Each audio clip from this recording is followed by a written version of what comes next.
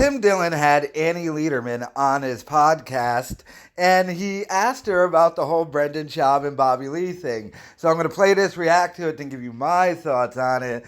Do I get brought up during this discussion? I think I might. I haven't heard this whole thing yet, but I heard a tiny bit so far, and I think I might get brought up on here, but let's see what they had to say. I can only do it like lightly. Have you talked shit about people?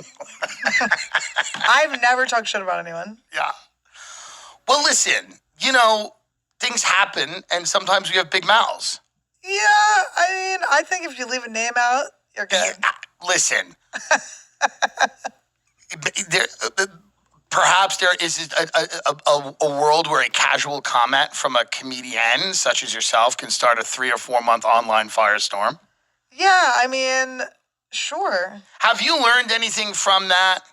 From the Bobby Lee, Brendan Schaub, Khalyla, Esther Povitsky thing? I mean, Esther's not involved, but when you look back at it, do you say to yourself, I was in Australia when it was happening, and I can't believe how much that became a thing. Because when that happened, I was like, Annie's the only one I really know. I don't know a ton of these people like that.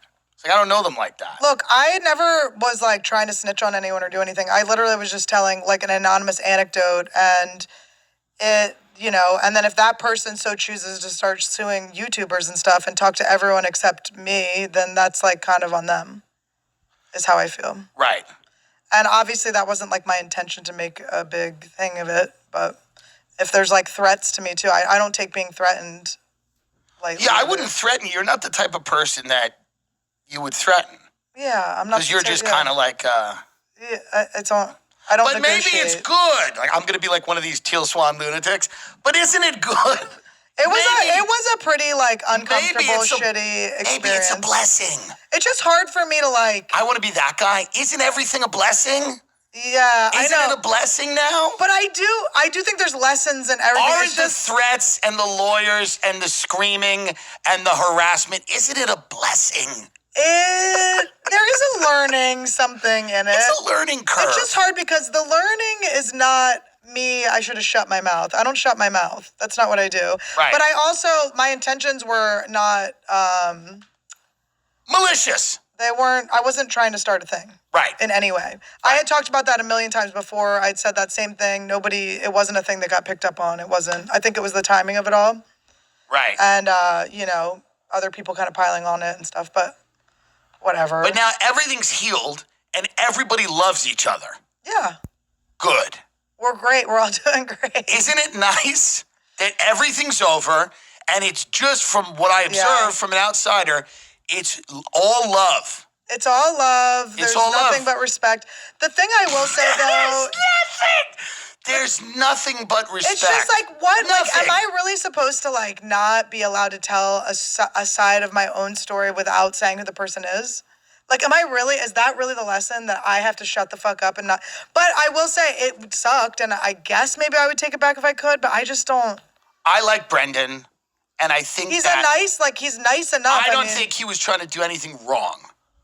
Yeah. This is what I believe. I don't think he was trying to do anything wrong. Men sometimes say things to attractive women. Right? Yeah. I mean... No, I wasn't mad at the thing he did. I was just sort of, like, perplexed. I was like, why would you, like... I'm, like... Human behavior... I was perplexed. I was confused. It's perplexing. By it. I was perplexed, but I wasn't mad. It's the least perplexing thing he's done. I just don't like when people, like, threaten things afterwards. That's not good. That's where I'm like, okay, also just call me and talk to me about it. It's like... Yes, but, people feel like they're in a box. Yeah. And they feel like they're up against a wall. Yeah. And, this is... Yeah, but the whole thing sucked, and I wasn't, like, happy about it. I didn't like that type... I don't like that type of attention. No, you're a comic, and you want to be funny. I just want to do jokes, and I do think I did maintain, like, joke format and everything I said, so I'm proud of that. You were always trying to be funny. I was just trying to be funny and say something that was interesting, but I wasn't trying to, like, fuck anyone over or do anything crazy. Ever. It's great, and the Tim Dillon Show's official statement on all this is, I don't know who anyone is. I've never met any of them. And I wish everyone well. I know, from it's like, afar. I don't even want to talk about it. It's like, it just No, really like... we're not even talking. It just came out. We're not And even everyone's talking. like, you're like clout. I'm like, clout chasing? What do you guys? I just do comedy, and I have I talk for hours and hours and hours and hours every week. And I had seen someone at the Comedy Store the night before, and it reminded me of a story. And I was like, why would someone like... Not tell a story. It just seems like a weird, sloppy thing that I was saying. And I wasn't trying to like... I literally said to my producers, edit out anything that makes it sound like it's this person. And that's it. I don't know what to say. I'm not like coming for anyone.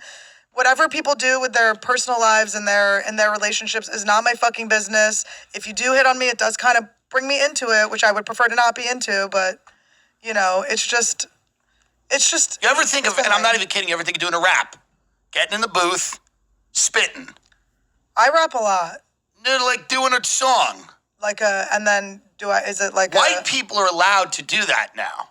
Like literally, like a white person is fully allowed to go into a recording booth and write a diss track. All right. And release it. I don't want to diss anyone. But I'm not even saying it could be subliminals, which is what it's called when you don't. Oh my God, I'm like regretting even talking about this. I guess the lesson in all of this, I'm just not going to be told that I did something fucking, I don't know. Well, I've known you forever, and here's what I know about you. You're funny first, so you're always trying to say something funny first. I get in trouble too. Put him in the pot, got me in trouble. Right. This is just the shit that happens. Walk me to a truck. Yeah, I mean, like we are people that talk shit for a living. So, and it's I do try to do it in ways where it's like when I'm sharing stuff from my life, I'm not like outing the person. People get mad at me. It's kind of sad that person knew. That's like the whole thing is just sad. The whole thing is like actually really like sad. And when I do get people coming at me and defending him, it does make me like happy that he has people defending him. Right. Like, I do feel, like, happy for him. Like, I don't want him to be, like, shit on forever and stuff like that. We're all a big community here. Yeah. It was not meant to be, like, We're all a community of people that love each other. Yes, we love each other. There's so much love. And that's what gets lost. The love is lost. There is, though. There is. It's love. But there is, in some places. It's like, we came up together. It's we like, did. Like, You were at the third open mic I ever did. Was that in Long Island? It was in Long Island City. I remember. You were wearing a polo shirt, believe it or not. Probably an ill-fitting polo. It was red. And I walked in, and Annie Lederman had the box, and you used to put your name in a box, and then you would get... So that was them discussing Brendan Schaub. She brought up the fact that he's suing YouTubers.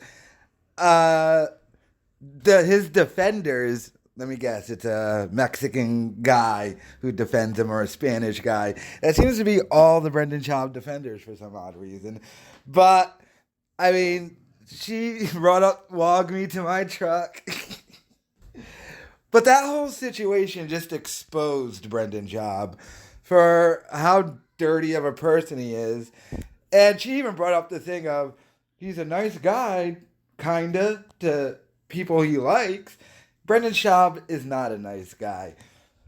And, I mean, this dude accused Bobby Lee of starting and running the Fighter and the Kid subreddit. When Bobby, and his evidence, by the way, he said he had 300 pages. They only showed them one page, and the name said Robert Lee. And that's not even Bobby's name. His name isn't Robert. It's just Bobby.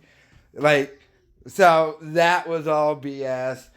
He threatened them with lawsuits. They never even said his name, by the way. I made a video saying it was, because it was obvious who they were talking about. And then he let the lawsuits fly.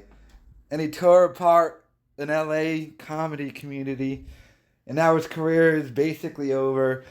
No one watches his podcast. He can't sell tickets. He has to cancel gigs. He canceled the gig with Felt Face. Remember that puppet, the Australian one?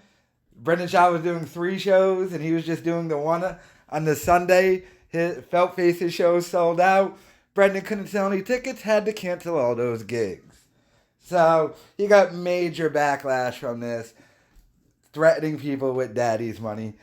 And I think Annie summed it up perfectly. It's just sad, and he's just sad. But let me know your thoughts in the comments.